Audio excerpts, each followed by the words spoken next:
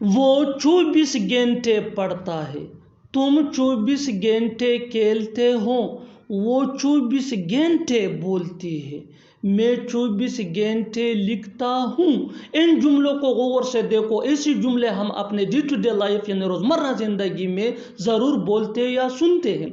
ऐसे जुमले हमें रोज़ बोलने या सुनने को मिलते हैं अपने डे टू डे लाइफ में। इन जुमलों में हम कह रहे हैं 24 घंटे, यानी हर सेंटेंस में 24 घंटे कॉमन मुश्तरक है जो बार बार रिपीट हो रहा है हर जुमले में। इसके लिए आपको यूज़ करना होगा इंग्लिश में round the clock. Round the clock mean 24 घंटे। आइए कंप्लीट स्ट्रक्चर देखते हैं।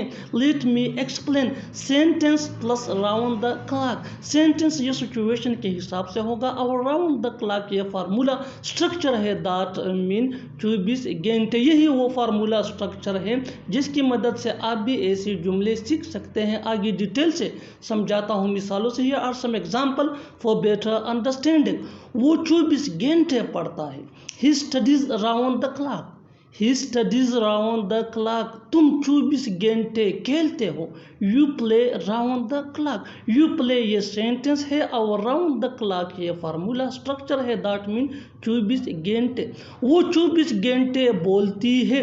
She speaks round the clock. She speaks round the clock. मैं 24 घंटे लिखता हूँ। I write round the clock.